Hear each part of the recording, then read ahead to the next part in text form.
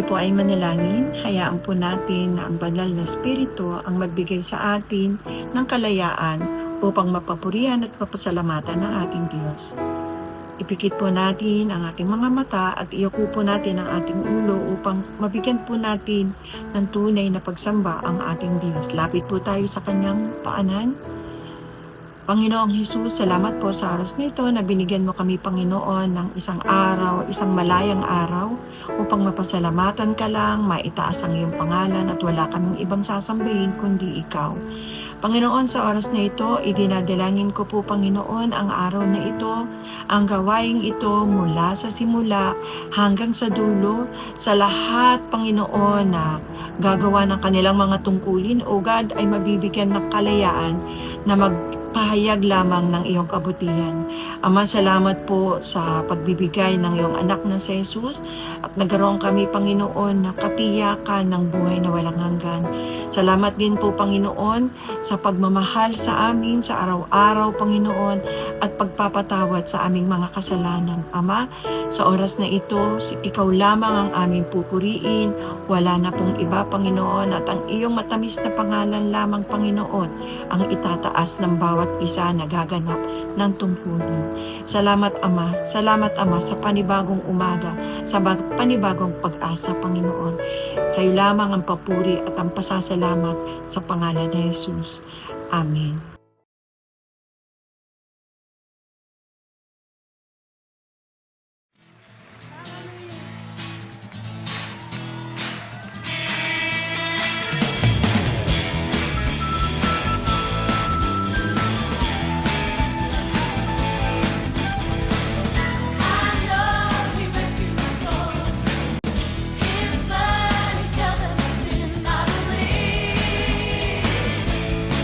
I believe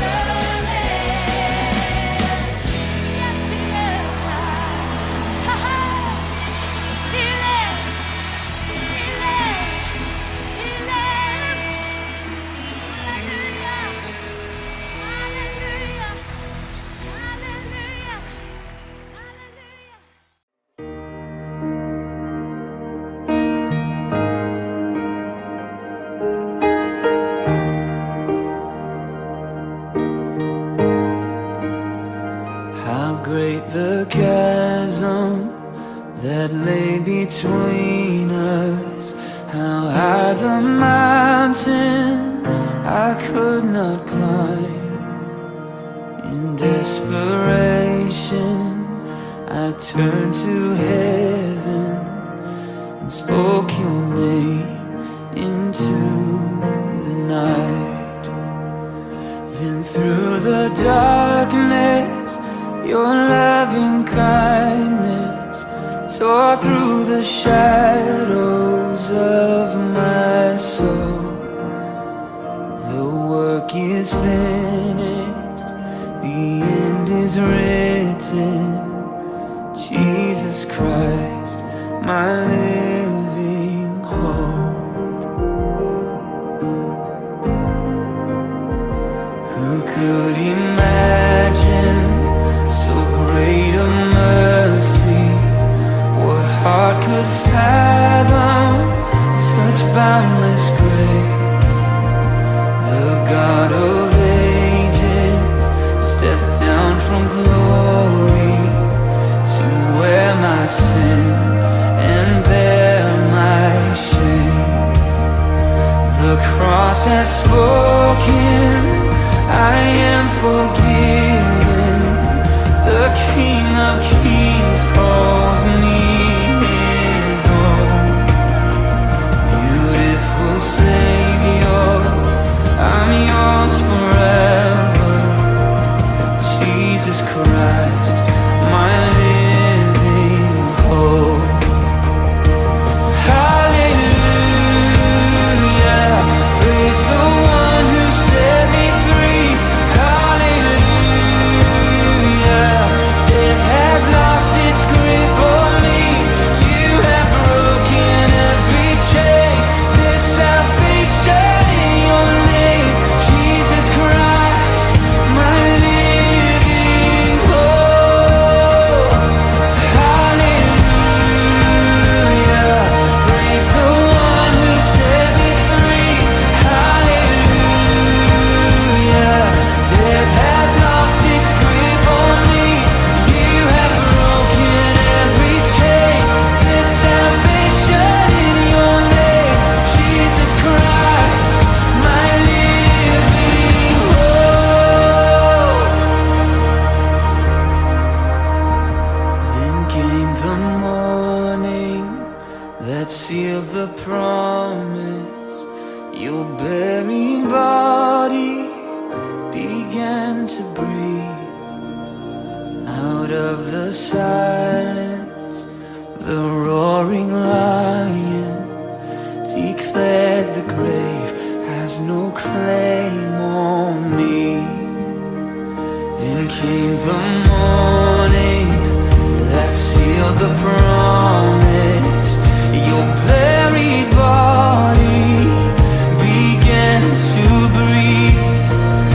Out of the silence, the roaring lion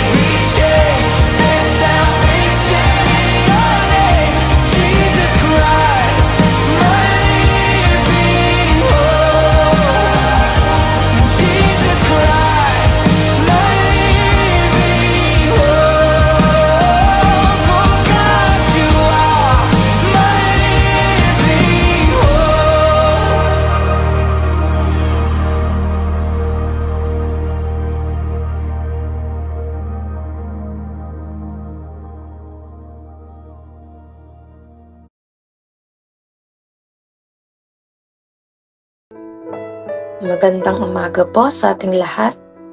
So bago po tayo mag-umpisa, tayo po manalangin. Panginoong Diyos, Haring banal at tapat na Diyos, pinupuri, pinasasalamatan ka namin. Sa pangalan ni Jesus, salamat po sa mga matututunan namin ngayong araw na ito. Salamat sa iyong mga salita na mangungusap sa amin, Lord. Ikaw po ang manguna, ikaw magsimula at magtapos ng gawain ito. Mangyaring ipaunawa mo sa amin ang nais mong maunawa namin. Panginoong Jesus, mangyari ang plano mo at ang mga salita may maging kalinawan po sa aming isipan sa pamamagitan ng iyong banal na Espiritu na nagtuturo at tumutulong sa amin, kasama namin buong buhay. Sinabi nga sa iyong mga salita mula sa Mateo chapter 18, 2 o 3 nagkakatipon sa iyong pangalan ay naroon ka. Maraming salamat pagkat sinamahan mo kami at sasamahan mo kami habang buhay. Lord, ikaw na pong bahala. Sa iyo namin itinataas ang lahat ng ito. Hanggang sa matapos po itong gawain na ito, ikaw lang mapapurihan sa pangalan ni Jesus. Amen. So, kamusta po mga kapatid? Mapagpalang umaga po sa ating lahat. Kung atin pong aalalahanin, ito pong araw na ito ay binabalikan po natin yung mga ginawa ni Jesus at kung saan nga po siya ay nahimlay mula sa pagkakapako sa krus. At tinatawag po natin madalas na Black Saturday or Holy Saturday. Kaya kapatid, Happy Holy Saturday sa iyo. At nais ko po na balikan natin kung ano ang mga nangyari bago pa man po inihilatay ang katawan ni Jesus. At ito po ay pinamagatan kong Jesus' words will be fulfilled. So pakisabi nga po kung meron kayong kasama dyan o kung kayo lang mag-isa, pakisabi nga po, mangyayari ang sinabi ni Jesus. Amen. So yung pamagat po na yan ay nakuha ko po mula sa aklat ng Lucas chapter 22, kung saan nga po ay meron po akong nakuhang 3 P's. At ang una pong letter P na nakuha ko ay the word preparation. So sa Tagalog po ay paghahanda. So ang preparation po, which is madalas ay naririnig po natin yung salitang yan kapag tayo ay kukuha ng exam o kaya naman po sasali sa isang palahok o kaya naman kapag tayo ay umiedad na. Bakit? Madalas ay maririnig natin sa ibang tao ang katanungang, may Saint Peter ka na ba, kapatid? So sa mga tao po na hindi po naunawaan ito po yung isang insurance kung saan nga po ay pinaghahandaan din ng isang tao ang kanyang sarili bago pa man din ito ilatay or mahimlay. Kumbaga po ay paghahanda bago mamatay ang isang tao. Pangit man pakinggan pero yan po ang totoo. Dahil ang mga tao ay wala pa man ay gusto na maghanda. Ika nga ng matatanda, doon din naman ang punta. Pero kung babalikan po natin ang istorya sa Biblia, kung saan po si Jesus ay naghanda din. Hindi para sa kanyang sarili, kundi para sa kanyang mga disipulo.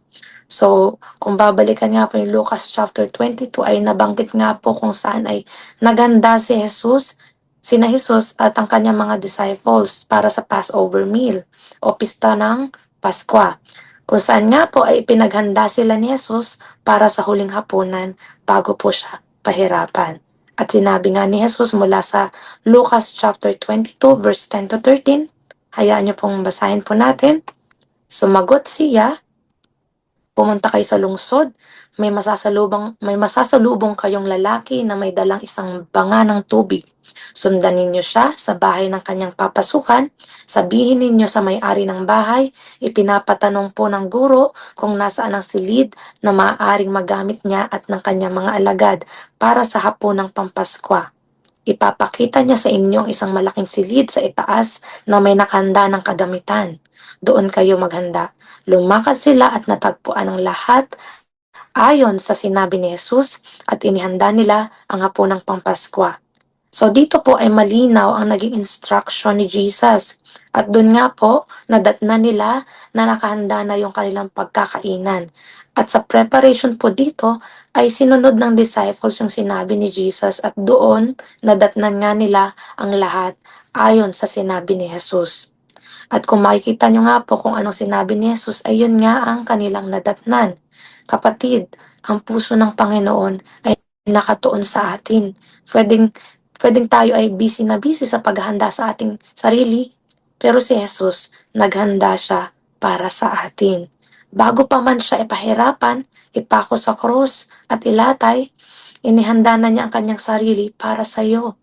Yung huling hapunan niya ay inihanda niya para sa iyo. And one day, kapatid, makakasama ulit natin siya sa isa pang ingrandong salo-salo. Pakisabi nga po sa katabi mo o sa iyong sarili, kapakanan mo or kapakanan ko ang iniisip niya. Ang tanong, handa ka din ba para sa kanya? So, dadako naman po tayo sa padalawang P, which is the word prayer. O sa Tagalog po ay panalangin.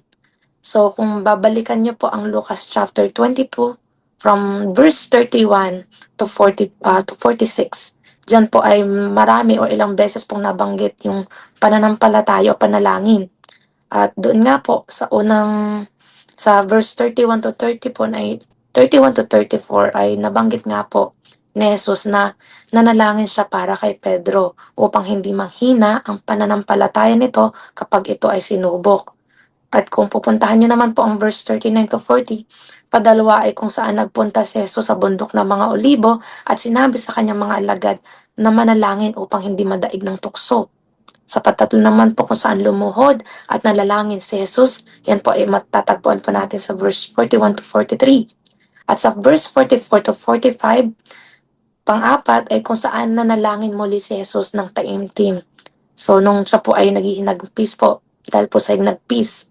Sa panglima naman po ay makikita po sa verse 46, kung saan po ay nadatnan niya ang kanyang mga alagad na natutulog at muli sinabihan niya mga ito na manalangin. So, ilang beses pong binanggit yung pananalangin sa Lucas chapter 22.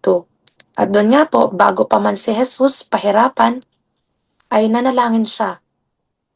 Tayo ba kapatid sa hinaharap natin sa buhay, madalas din ba tayong tumatawag sa Kanya? Ipinapanalangin din ba natin ang ating mga kasamahan? Sa unang binanggit na panalangin na makikita nga po sa verse 31 to 34, kung saan sinabi ni Jesus, Simon, Simon, makinig ka. Hiniling ni Satanas na subukin kayo tulad sa ginagawa ng magsasaka na inihiwalay ang ipa sa mga trigo. Subalit idinalangin kita upang huwag manghina ang iyong pananampalataya at kapag nagbalik loob ka na, patatagin mo ang iyong mga kapatid. Sumagot si Pedro, Panginoon, handa po akong mabilanggo at mamatay na kasama ninyo.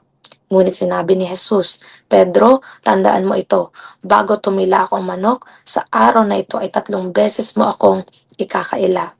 So kung mapapansin niyo po, yung sinabi ni Jesus na idinalangin kita. Kahit alam niya na itatanggi siya ni Pedro, ay ipinalalangin na niya ito. Pinalangin niya pa rin ito. Again, ang puso ng Panginoon ay nakatuon pa din sa kanyang mga disipulo. Ganun niya tayo kamahal. At sa verse 34, sinabi na ni Jesus ang gagawin ni Pedro bago pa man ito mangyari. So, tanong, sinabi ba niya ito para maiwasan ni Pedro? Di ba hindi? Sinabi niya ito dahil ito talaga yung mangyayari. Kaya bago pa man mangyari, ay ipinanalangin na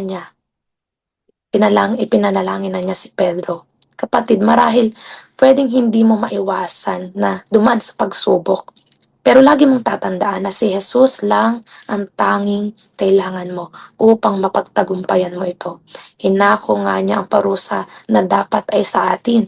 Mula doon sa aklat ng 2 Corinto chapter 5 verse 21, binanggit po dyan, hindi nagkasala si Kristo, ngunit alang-alang sa atin, siya itinuring na makasalanan upang sa pakikipag-isa natin sa Kanya ay maging matuwid tayo sa harap ng Diyos. Kapatid, walang ibang nais si Kristo kundi sa ikabubuti mo, sa ikaliligtas mo. Kaya pakisabi nga po, salamat kay Lord. So, kahit na alam niya na itatanggi mo siya, kahit na ilang beses na nagkamali ka sa Kanya, nandun pa rin ang puso ng Panginoon para iligtas ka.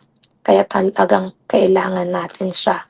So, sa patatlo naman po sa pahuli po na letter P, na nakuha ko po sa Lucas chapter 22 ay yung salitang proven. So yung una, preparation, padalawa, prayer, and then patatlo, proven. Sa Tagalog po ay pinatunayan. So madalas kapatid, ang tao ay tiwala lang kapag meron ng salitang pinatunayan. Meron na bang nakapangako sa'yo pero hindi natupad? Di ba madalas dyan nasisira ang tiwala mo? Kaya sa sunod na may nangako sa'yo, minsan mapapasabi ka na lang, patunayan mo muna. Yes, trust is not something we can truly give to the other person unless that person is worthy of our trust. So it's not something to give. It must be earned, right? So minsan, mahirap magtiwala sa isang tao na hindi mo pa talaga lubusang nakikilala. Pero kapatid, may isa lang akong kilala na mapapagkatiwalaan natin, which is si Jesus Christ, ang Panginoong Hesukristo po. For His words are proven and trustworthy. At napatunayan din yan sa aklat ng Lucas, kung saan nga po ay pinaghanda ni Jesus ang kanyang mga alagad sa parating na pagsubok. So sinabi na ni Jesus, ano po, mula po sa verse 35 to 38, hayaan niyo pong basahin ko, sabi po dito, pagkatapos nito, tinanong ni sila ni Jesus, nang suguin ko kayong walang dalang lalagyan ng pera, balutan o sandalyas, kinulang ba kayo ng anuman? Hindi po, tugon nila. Sinabi niya, subalit ngayon, kung kayo'y may balutan o lalagyan ng pera, dalhin na ninyo. Ang sino mang walang tabak, ipagbili ang kanyang balabal at bumili ng isang tabak. Sinasabi ko sa inyo, dapat matupad sa akin ang sinasabi ng kasulatang ito. Ibinilang siya sa mga salarin, sapagkat ang nasusulat tungkol sa akin ay natutupad na. Sinabi ng mga alagad, Panginoon, heto po ang 2 tabak, sapat na iyan, tugon niya. So mapapansin kung paanong pinaghanda sila ni Jesus at mismong sinabi ni Jesus na ang nasusulat tungkol sa kanya ay natutupad na, which is natupad nga. Alam niya kung kailan at alam din niya kung ano ang sapat para sa'yo. Amen? So kapatid, proven ang mga salita ni Jesus. Kapag sinabi niya, sinabi niya. Kung babalikan mo ang sinabi ni Jesus mula sa Mateo chapter 24 verse 35, sinabi po niya, lilipas ang langit at ang lupa, ngunit ang aking mga sinasabi ay tiyak na mananatili. Malinaw na sinabi ni Jesus. At kung babalikan niyo ang mga naunang puntos, doon pa lang sa paghahanda, kung saan nga po ay pinapunta po sila ni Jesus sa bayan at doon nga po ay nadatna nila yung mismong instruction ni Jesus. Di ba yun po yung nangyari sa unang puntos at yung sa padalwa naman po kung paano po ay sinabi din niya kay Pedro kung paano siya itatanggi nito. May nakapagpigil po ba sa sinabi niyang yon? Di ba hindi? Pagkat kung ano ang kanyang sinabi, ayun nga ang magaganap. Kaya yung sinabi, kung sinabi niya yung word na tetelestai dun sa krus ng Kalbaryo, meaning paid in full, it is finished. Kapatid, nabayaran na niya ang parusa na dapat ay sa atin. It is proven, kapatid, mapapagkatiwalaan mo siya dito.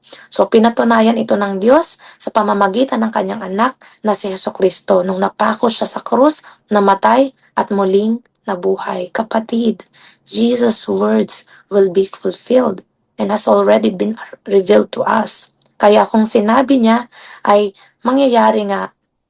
So, ang Black Saturday ay paalala sa atin kung paano pinagdaanan niya ang lahat ng hirap at pasakit para sa atin. At may trivia po ako dyan. So, sa tingin mo, bakit sa krus siya namatay at hindi sa pamamaraan ng mga Jewish na mga Hebreo, yung pagbabato po ng bato?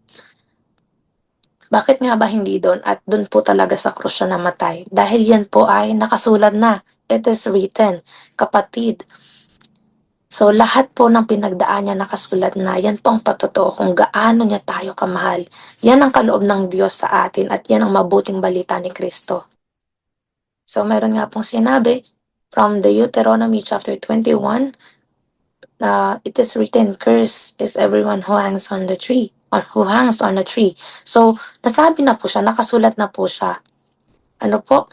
So, ang tanong kapatid, maniniwala ka ba at tatanggapin siya kung talagang totoo lahat ng nakasulat nga po sa kanyang mga salita at nangyayari nga po yun at nangyari nga.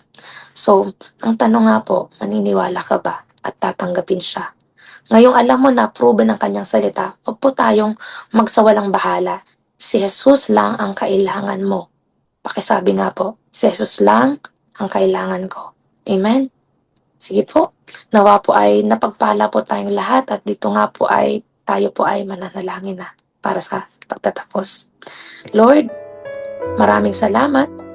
Ikaw na pong bahala. Salamat sa iyong mga salita at tunay nga po naniniwala kami na ang iyong mga salita ay proven and tested, O Lord. Pagkat Lord, pag sinabi mo, sinabi mo. Salamat sa napag-aralan namin mula sa iyong mga salita. Salamat po sa Rhema Word, Lord. Salamat, O Jesus, sa iyong banal na Spiritong nagtuturo sa amin sa araw-araw. Tunay nga, Lord, wala kaming magagawa kung wala ka. Maraming salamat sa iyong ginawa, sa lahat ng tiniis mong sakit, ogat at bighati. Lord, salamat, pinanalangin mo kami. Salamat, Lord, sa pinaghanda mo kami. Salamat, Lord, Panginoon, pagkat pinaghanda mo kami ng aming tutuluyan, Lord. Thank you, Lord. Tunay nga ikaw lang ang sagot sa lahat ng aming dalangin. Ikaw lang ang tanging kailangan namin. Lord, manguna ka po. Naniniwala ko, may ginagawa ka sa bawat isa sa amin, Lord.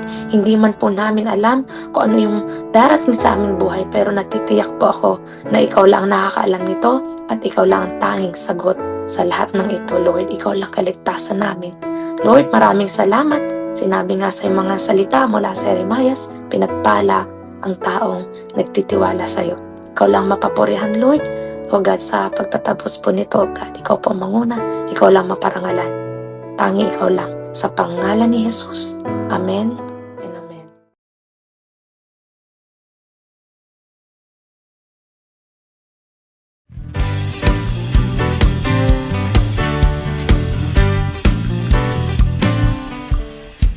Mahal na mahal kita, Panginoon. Mahal na mahal kita, Panginoon. Kailan may di kita ipagpapalit, pagkat sa piling mo'y langit.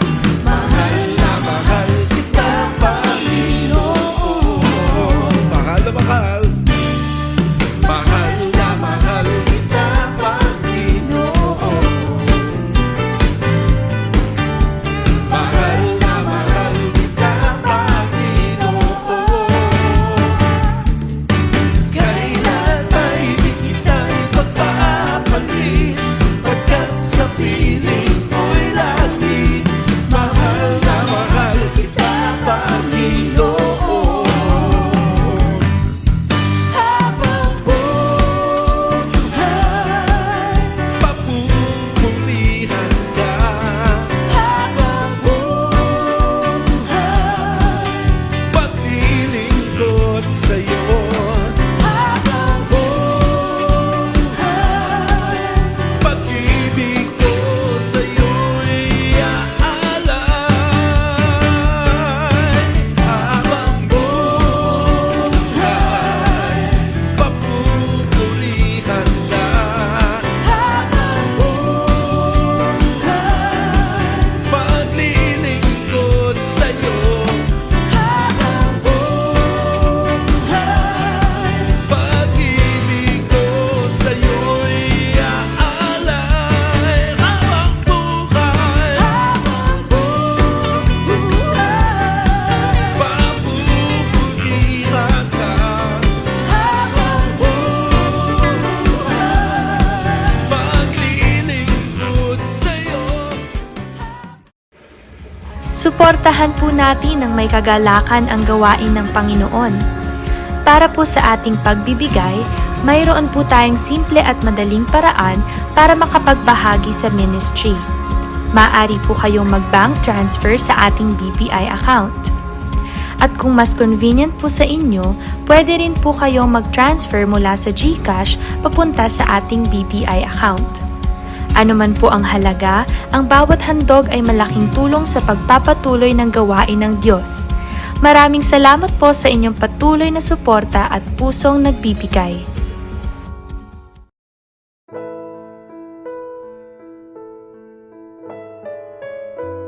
Ngayon naman po mga kapatid, tayo po ay dumako para po sa isang closing prayer. Tayo po ay pumikit at tayo po ay mananalangin. Panginoon naming Diyos, marami pong salamat sa banal na linggong ito. Salamat po dahil ipinaalala mo sa amin ang ginawa ng Panginoong Hesus, ang kanyang pong pagmamahal, ang sakripisyo na kanyang ginawa para sa kaligtasan ng bawat isa. Salamat po Panginoon sa ginawa ng Panginoong Hesus doon sa krus ng Kalbaryo. Dahil po doon ay nagkaroon po kami ng kapatawaran sa aming mga kasalanan. Dalangin namin o Diyos na hindi lamang po namin ginugunita ang banal na linggong ito, kundi bagkos ito ay paalala at paanyaya na yung ginawa ng Panginoong Hesus ay maging inspirasyon sa bawat isa sa amin na mananampalataya. Salamat po Panginoon dahil doon sa dugo ng Panginoong Hesus na dumanak sa krus ng Kalbaryo, kami po ay nagkaroon ng kapatawaran at nagkaroon po kami ng maayos na relasyon sa inyo po, o aming Ama. Kaya po Panginoon, maraming salamat po sa banal na linggong ito. Muli po, itaas po natin ang ating mga kanang kamay para po sa benediction. May the love of the Father, the grace of the Lord Jesus, the fellowship of the Spirit be with you all. In Jesus' name, Amen and Amen.